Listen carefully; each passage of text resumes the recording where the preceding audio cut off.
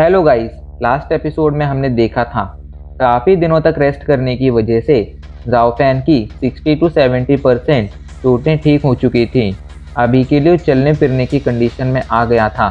ये देखकर फाजियांग उसे पुहोंग मास्टर से मिलने ले गया था, क्योंकि जाओफैन को ये जानना था कि आखिर पुहोंग मास्टर तियानिन टेम्पल ने उसकी जान क्यों बचाई है।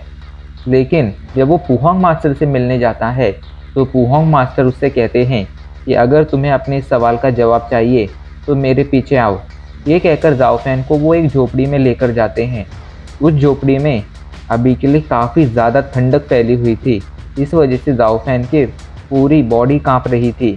झोपड़ी में अंधेरा छाया हुआ था, इस वजह से जाओफैन कुछ भी नहीं देख पा रहा था।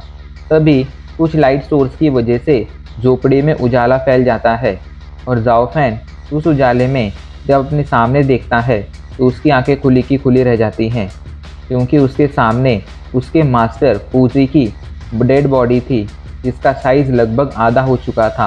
अब आगे पुहोंग मास्टर जल्दी से झुककर पूजी की बॉडी को ग्रीट करते हैं।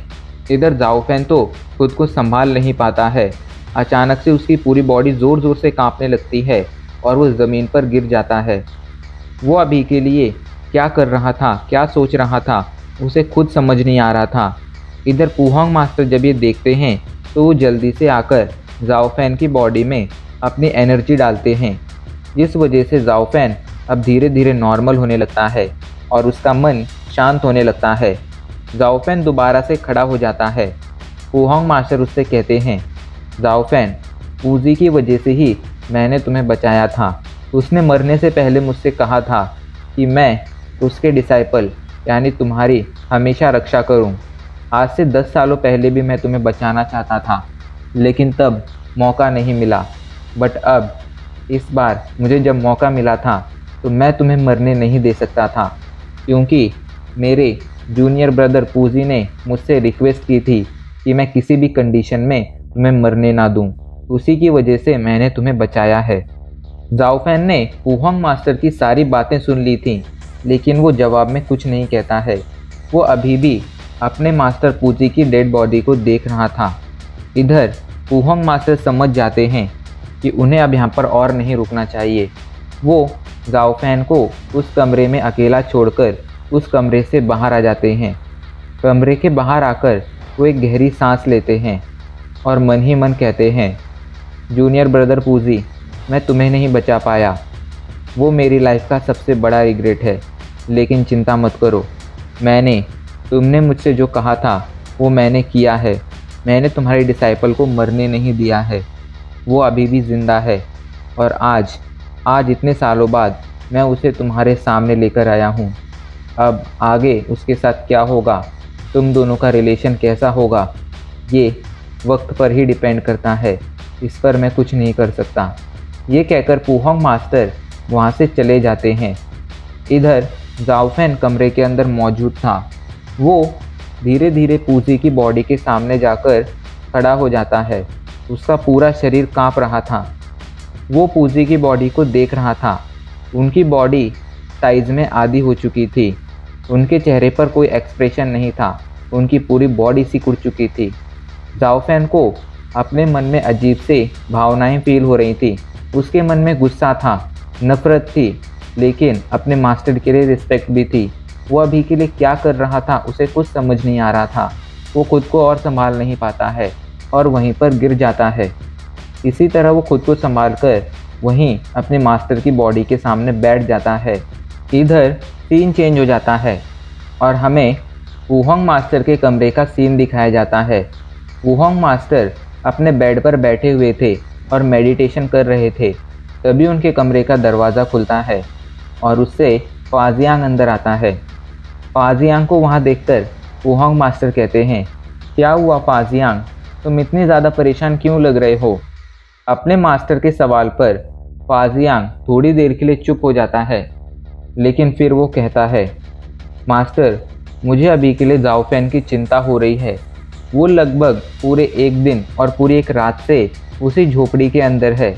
आप भी जानते हैं उस झोपड़ी के अंदर फ्रोज़न डिस्क मौजूद है, जिससे बहुत ही खतरनाक आइस एनर्जी निकलती है और वो आइस एनर्जी पॉइजनस भी है। ऐसे में मुझे जाओफेन की चिंता हो रही है कि कहीं उस आइस एनर्जी ने जाओफेन को कोई नुकसान ना पहुंचा दिया हो, क्योंकि वो अभी के लिए बुरी तरह से घायल है। ऐसे में वो एनर्जी आसानी से उसे नुकसान पहुंचा सकती है। उसकी बात सुनकर वुहोंग मास्टर के चेहरे पर हल्की सी मुस्कान आ जाती है और वो उसे समझाते हुए कहते हैं, फाजियांग, तुम जाओफेन की चिंता मत करो। वो एक बहुत ही पावरफुल कल्टीवेटर है और कल जब हम दोनों उस कमरे में गए थे तब मैंने उसके शरीर में अपनी एनर्जी भी डाल दी थी। ऐसे में भले ही फ्रोजन डिस्क की एनर्जी कितनी ही ज़्यादा डेंजरस क्यों ना हो, पॉइजनस क्यों ना हो, पर वो जाओफेन को कोई नुकसान नहीं पहुंचा सकती है। इसलिए तुम्हें उसकी चिंता करने की कोई ज़रूरत नहीं है। ये सुनकर फाजियांग राहत की सांस लेता है। वुहोंग मास्टर को लगा था कि फाजियांग वहाँ से चला जाएगा, लेकिन फाजियांग अब वहाँ से जाता नहीं है, बल्कि वहीं पर खड़ा रहता है। ये देखकर वुहोंग मास्टर उससे पूछते हैं, फाजियांग, क्या तुम मुझसे कुछ और भी कहना चाहते हो? वुहोंग मास्टर के सवाल पर फाजियांग थोड़ी देर के लिए तो शांत रहता है, लेकिन फिर वो अपने इमोशंस को संभाल नहीं पाता है और फाइनली कहता है, टीचर, मैं जाओफेन को बहुत पहले से जानता हूँ। कल रात से मैं इस बारे में सोच रहा था कि पिछले 10 सालों में जाओफेन ने जो पेन, जो दर्द सहा है, अगर वो दर्द मैं सहता तो मेरा क्या हाल होता। भले ही आज जाओफेन उस दर्द की वजह से बहुत ज़्यादा पावरफुल बन गया है, लेकिन अब वो ऐसा इंसान बन चुका है जिसकी बॉडी के अंदर, जिसके मन में शायद कोई इमोशन नहीं है। वो अभी के लिए बुराई की दुनिया में खो चुका है, इविल सेक्ट को उसने अपना लिया है। ऐसे में वो इंसान जो एक समय पर हद से ज़्यादा दयालु और हद से ज़्यादा अच्छा हुआ करता था, अब वो हद से ज़्यादा बुरा बन चुका है। उसकी ऐसी हालत देखकर मुझे उसके लिए काफ़ी ज़्यादा बुरा लग रहा था। इसलिए मैं चाहता हूँ कि आप किसी तरह उसे बुद्धा की सीख दीजिए और उसे समझाइए कि वो अभी के लिए जिस बुराई की दुनिया में खो चुका है, वो दुनिया अच्छी नहीं है। उस दुनिया में अगर वो रहेगा तो उससे उसकी ज़िंदगी बर्बाद होती रहेगी और उसे वो दुनिया छोड़कर हमारी अच्छाई की दुनिया में लौट आना चाहिए। आप उसे बुद्धा का अच्छाई वाला मार्ग दिखाइए, ये मेरी आपसे रिक्वेस्ट है। उसकी बात सुनकर वुहोंग मास्टर हल्के से मुस्कुराते हैं, फिर उसे समझाते हैं, फाजियांग, मैं समझ सकता हूँ कि तुम्हें जाओफेन की चिंता हो रही है और मैं भी ऐसा ही करना चाहता हूँ। मैं भी जाओफेन को बुराई की उस दलदल से बाहर निकालना चाहता हूँ, पर पिछले 10 सालों में उसने जो सहा है, वो सब सहने के बाद उसका अच्छाई की दुनिया में लौटना अब लगभग नामुमकिन हो चुका है।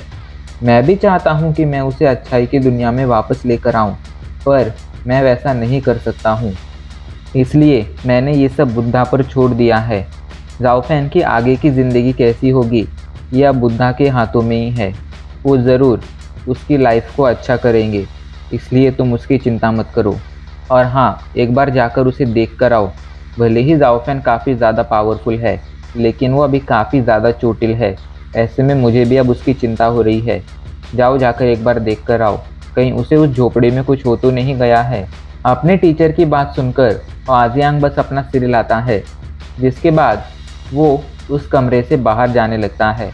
कमरे का दरवाज़ा खोलकर वो बाहर जाने ही वाला था, लेकिन जैसे वो कमरे का दरवाज़ा खोलता है तो उसकी आंखें खुली की खुली रह जाती हैं, क्योंकि दरवाजे पर एक लड़का खड़ा हुआ था।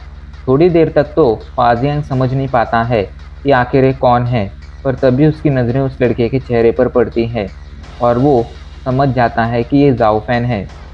वो गौर से जाओफेन के चेहरे को देखने लगता है। जाओफेन का चेहरा अभी के लिए काफ़ी ज़्यादा पीला पड़ चुका था। उसकी आंखें लाल थीं, क्योंकि पिछले 24 से 28 घंटे से वो सोया नहीं था। वो पूरी रात जागकर पता नहीं उस झोपड़ी में क्या कर रहा था। अभी के लिए जाओफेन को देखकर फाजियांग हल्के से अपना सिर हिलाता है। इस पर जाओफेन भी अपना सिर हिलाता है और वो उस कमरे के अंदर चला जाता है। जाओफेन को देखकर वुहोंग मास्टर कहते हैं, फाजियांग, जाओफेन के लिए एक चेयर लेकर आओ और तुम भी अब इसी कमरे में बैठ जाओ। तुम्हें बाहर जाने की ज़रूरत नहीं है। ये बात सुनकर फाजियांग जल्दी से एक चेयर आगे करता है। जाओफेन उस चेयर पर बैठ जाता है। फाजियांग भी उस कमरे में बैठ जाता है। वुहोंग मास्टर जाओफेन को देखते हैं और उससे कहते हैं, तुम्हें मुझसे जो भी सवाल पूछना है तुम वो पूछ सकते हो। ये सुनकर जाओफेन थोड़ी देर के लिए शांत रहता है, बट फाइनली वो कहता है, मैं जानना चाहता हूँ आखिर टियानिन टेम्पल ने मुझे क्यों बचाया है। इस पर पुहांग मास्टर कहते हैं, आज तुम्हारी जो कंडीशन है वो मेरे जूनियर ब्रदर पूजी की वजह से है। ऐसे में मैं तुम्हें उस कंडीशन में नहीं छोड़ सकता था और मुझे तुम्हें बचाना ही था।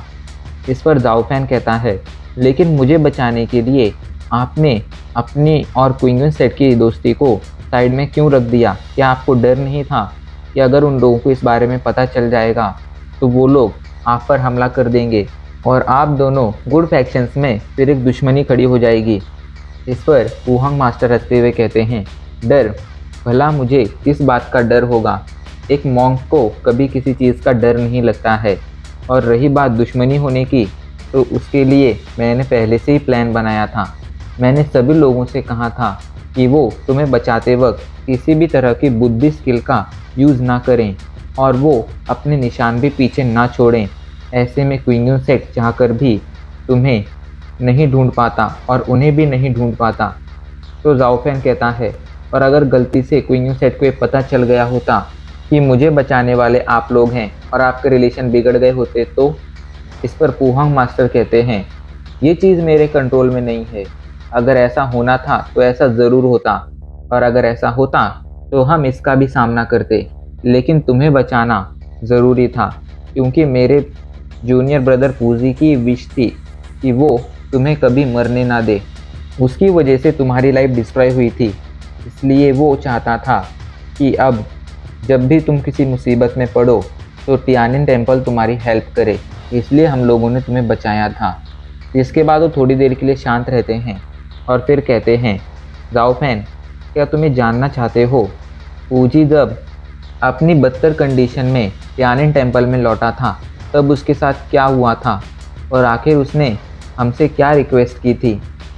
जाओफेन थोड़ी देर के लिए शांत रहता है, लेकिन फिर वो कहता है, हाँ, मैं जानना चाहता हूँ। जाओफेन की आवाज़ अभी के लिए काफ़ी ज़्यादा कठोर हो चुकी थी। पुहांग मास्टर भी ये सब देख रहे थे।